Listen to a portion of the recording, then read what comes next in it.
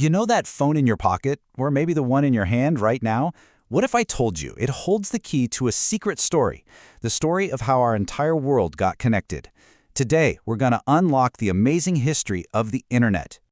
I mean, just stop and think about it for a second. How does this little screen in your hand connect you to, well, everything?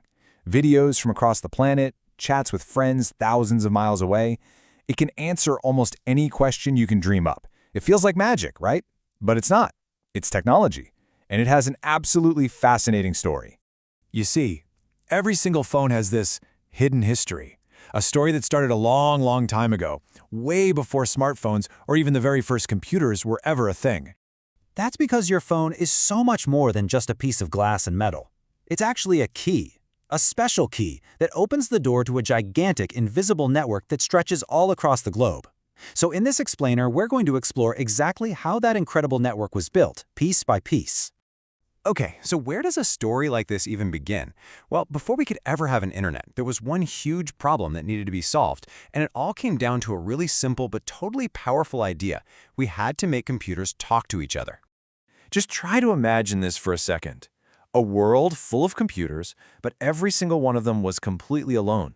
They could do math, they could store information, but they had no way to share any of it. They were basically these lonely little islands, super smart, but totally isolated.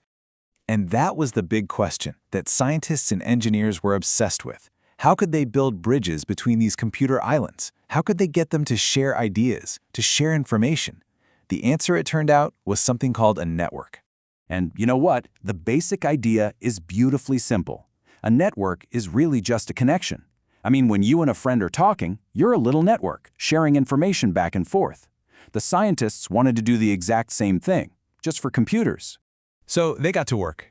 And their first big success, the very first real computer network, was something called ARPANET. And this, right here, is where our story really starts to take off. You can think of ARPANET as the granddaddy of the internet. It was the original, the first of its kind. But here's the thing. It wasn't for everybody. It was this small, private network built just for scientists in the US so they could share their research really, really quickly. And ARPANET grew fast. Back in 1969, the very first message was sent. And get this, they tried to type login, but the system crashed after just 2 letters, L and O. A shaky start. But by 1971, something revolutionary was invented. Email. This was the first killer app because it gave people a huge reason to actually use the network. Then, in 1983, they made another huge leap. ARPANET adopted a common language called TCP/IP, which is basically the set of rules the entire internet still uses today. So the network was there, but it was nothing like the internet we know and use today. There was still a really big hurdle to overcome.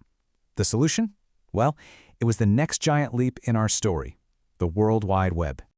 I mean, in those early days, using the internet was hard. We're talking complicated commands, black screens with green text. You pretty much had to be a computer expert to find anything. It was not at all friendly for regular people. And then, boom, everything changed.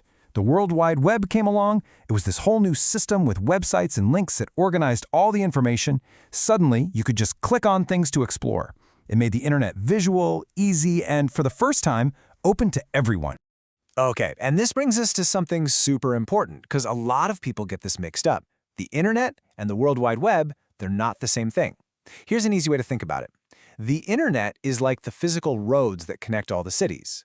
The World Wide Web, that's all the stuff on the roads, the shops, the houses, the libraries. The web just uses the internet's roads to work. All right, so let's track this. We've gone from lonely computers to ARPANET, and from ARPANET to the World Wide Web.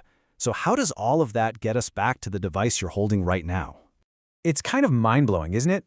Decades of brilliant ideas, incredible engineering, all of it, it's right there. That whole journey from that first failed message to the birth of the web is now squeezed inside the phone in your hand. Every time you open an app, you're tapping into all of that history. So just how big has this whole thing become? Well, today, over 5.3 billion people are online. That is more than 2/3 of all the people on Earth, all connected to this one giant global network. And guess how almost all of us are connecting to it? Yeah, you guessed it, our phones. A staggering 92% of internet users get online using a mobile device.